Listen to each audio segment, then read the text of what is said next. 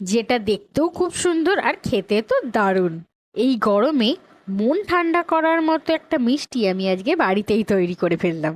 নমস্কার, আমার চ্যানেলে সবাইকে স্বাগত। আর পুরো ভিডিওটা দেখার অনুরোধ রইল আপনাদের কাছে। আমি এখানে 500 দুধ জাল দিয়ে নিয়েছি। দুধটা ভালো করে ফুটে গেলে আমি এতে দিয়ে দিয়েছি 4 চামচ চিনি।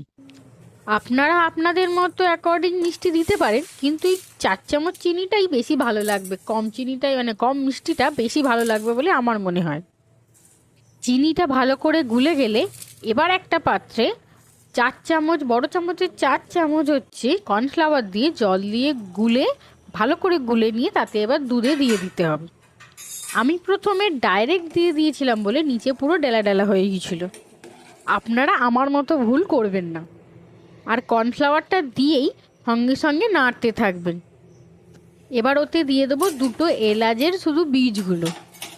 নাড়তে নাড়তে যখন দেখবেন এরকম টাইপের থিকনেসটা এসে গেছে, তখন গ্যাসটা বন্ধ করে একটা পাত্রে ঠান্ডা হওয়ার জন্য রেখে দেবেন। ওইটা ঠান্ডা হয়ে গেলেই আমি রেখে দিয়েছিলাম ওভারনাইটের জন্য ফ্রিজে।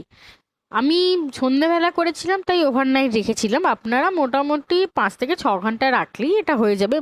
তারপর ফ্রিজ থেকে বার করে একটু ঠান্ডাটা কাটলে ওইটাকে উল্টে দেবে। কিচ্ছু করার দরকার নেই, ওটা অটোমেটিকই পড়ে যাবে।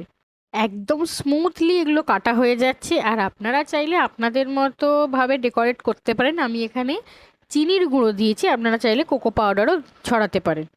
দেখুন জিনিসটা কতটা নরম আর কতটা তুলতুলে হয়েছে, যা মুখে দিলেই গলে যাবে সঙ্গে সঙ্গে।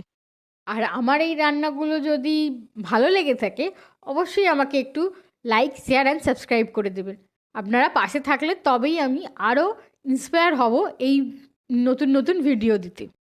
ভালো থাকবেন, সুস্থ থাকবেন।